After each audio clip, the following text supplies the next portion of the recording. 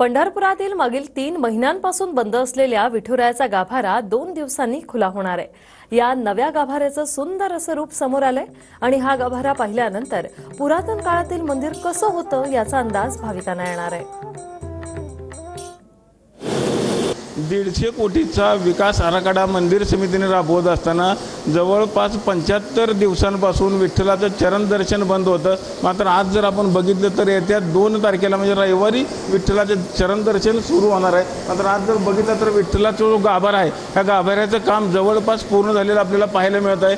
विठ्ठलाच्या मागे असलेली प्रभावळ असेल, चांदीचं काम असेल किंवा ग्रॅनाइट फरशी असेल, हे सगळं काढल्यानंतर विठ्ठलाचा जो गाभारा आहे त्याला जवळपास ज्ञानेश्वर महाराज, तुकाराम महाराजांच्या काळातील मंदिराचा लूक देण्याचा खरं तर हा प्रयत्न केलेला आहे। आपण बघू शकतो की आज हे विठ्ठलाचा गाभाऱ्याचं काम पूर्ण झालेलं आहे आणि आज जर बघितलं तर जवळपास 700 वर्षापूर्वीचा लूक खरं तर विठ्ठला देण्याचं काम सुरू आहे। आज जरी बघितली देवाच्या समोर असलेला आहे कट्ट्यावरती फक्त देव उभा केलेला आहे। मात्र या देवावर असलेली मेघडंबरी असेल किंवा प्रभावळीचं काम अजून जरी बाकी असलं तरी आपल्या देशभरातील TV9चे प्रेक्षक असतील किंवा विठ्ठल भक्त असतील या भक्तांना 2 तारखेची प्रतीक्षा आता करावी लागणार नाही। आपण TV9च्या माध्यमातून हा झालेला देवाचा गाभाऱ्याचं पूर्ण काम आपण दाखवण्याचा प्रयत्न करत आहोत। एकंदरीत हा विठ्ठलाचा गाभारा असेल, सोळखांबी असेल, चारखांबी असेल, हा भाग पूर्ण झाल्यामुळं 2 तारखेपासून आता विठ्ठलाचं पदस्पर्शी दर्शन देखील आता सुरू केलं जाणार आहे।